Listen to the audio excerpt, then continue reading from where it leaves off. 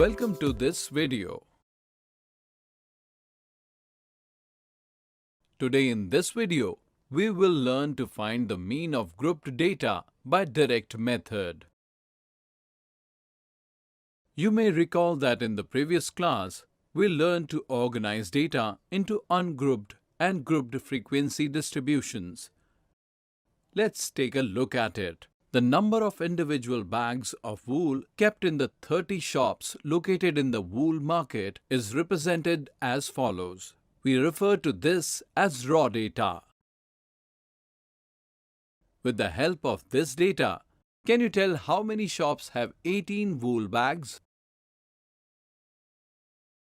Absolutely correct. We have already learned to use the ungrouped frequency distribution tables to solve these types of problems, which is represented by the following table. By looking at the table, we can tell that there are 4 shops that have 18 wool bags each. If you are asked to find the mean of this data from these ungrouped data, will you be able to find it?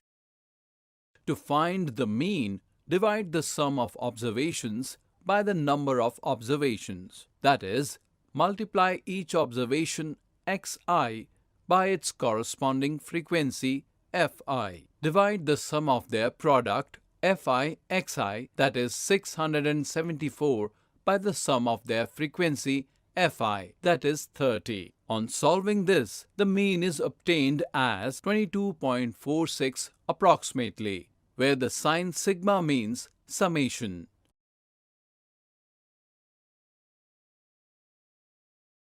But note that this method is useful only when you have small data in daily life situations.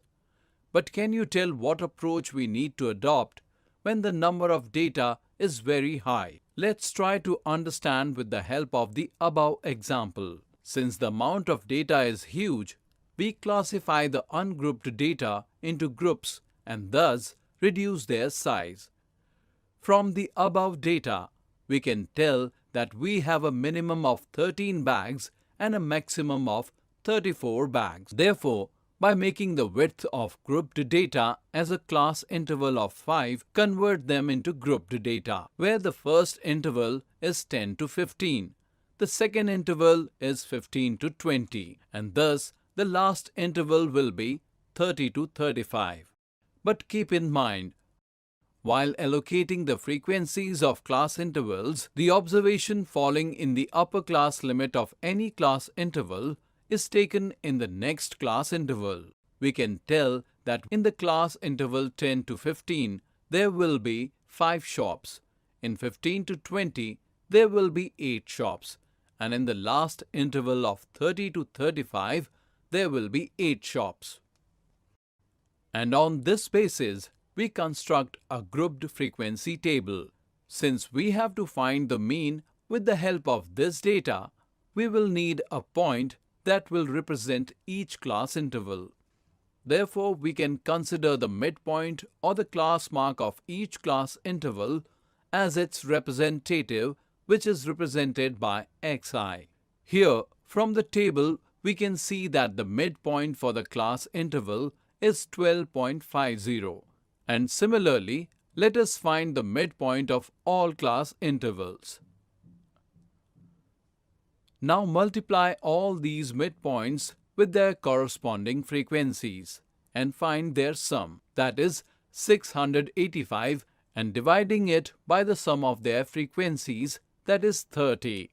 The mean of the given data is thus obtained as 22.83 approximately. This method of finding the mean is called the direct method.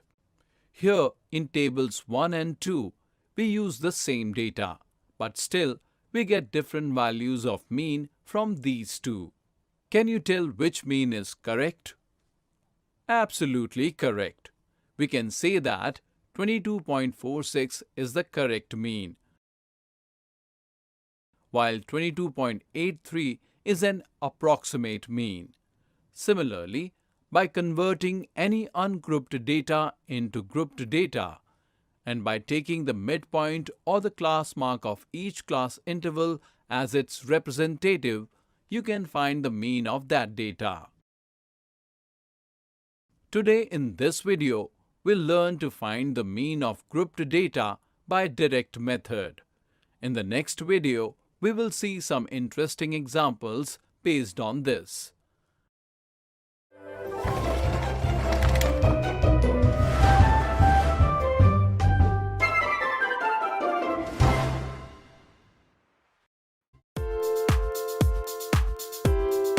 Welcome to this video. In the previous video, we learned to find the mean of grouped data by direct method. Today we will see some interesting examples based on this. The amount of daily rainfall in a city in 45 days is shown in the given table. Find the mean of the rainfall in these 45 days. From the given example, we can see that it is a system of ungrouped data, where the minimum rainfall is 10 mm and the maximum rainfall is 100 mm. So first, we will construct an ungrouped frequency distribution table which will be represented as follows. Here, we can see that the number of figures is very large. Therefore, to understand this data easily, we will classify this ungrouped data into groups, where the width of grouped data is converted into grouped data by making a class interval of 15 and specify the frequencies of the class intervals, that is Fi, which is shown in the following table. So now, can you find the mean with the help of this table? Correct. To find the mean, we first find the class mark or the midpoint of each class interval, which is denoted by xi. To obtain the mean, multiply all these midpoints with their corresponding frequencies.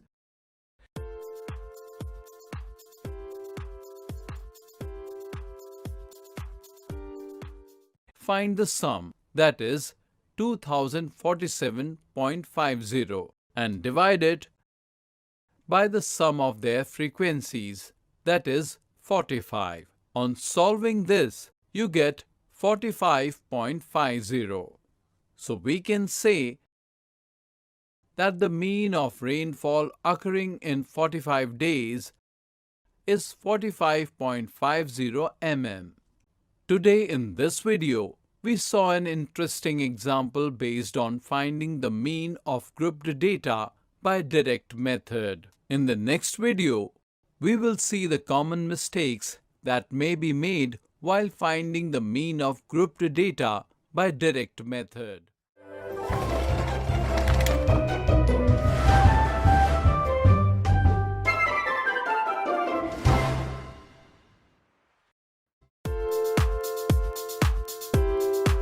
Welcome to this video. In the previous video, we saw an interesting example based on finding the mean of grouped data by direct method. Today in this video, we will see the common mistakes that may be made while solving these types of questions. The expenditure on petrol for 50 days of a person's motorcycle is shown in the following table. Can you tell what will be the mean expenditure of petrol for 50 days?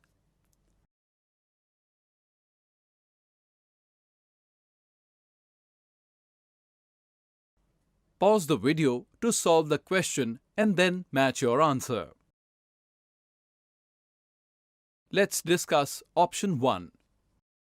From the given ungrouped data table, we can see that the minimum expenditure of petrol is 100 rupees and the maximum expenditure is 200 rupees. Since we have to find the mean, we will first construct the ungrouped frequency distribution table. Then, classify this ungrouped frequency distribution table into group to construct the grouped frequency distribution table, whereby taking a class interval of 10 of the width of grouped data, we will convert them into grouped data and specify the frequencies. It is represented by the following table. So now with the help of this table, can you find the mean expenditure of petrol? Correct answer. To find the mean, find the midpoint of each class interval.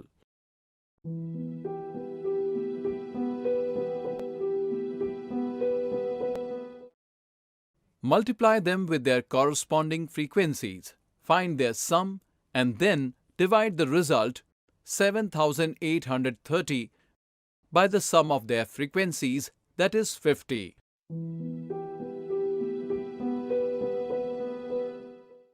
We get 156.60. So we can say that the mean expenditure of petrol is 156.60 rupees.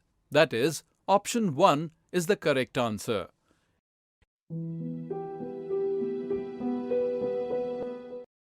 If you have selected option 2, then it's a good try. But this is an incorrect answer. Because while finding the value of mean, you have not taken the values of summation of fi xi divided by the summation of fi. Instead, you have taken the maximum value of fi xi, which is 1365, and the value of the corresponding fi, which is 7. On solving this, we get 195, which is incorrect, because here the sigma sign means total sum and not the largest number.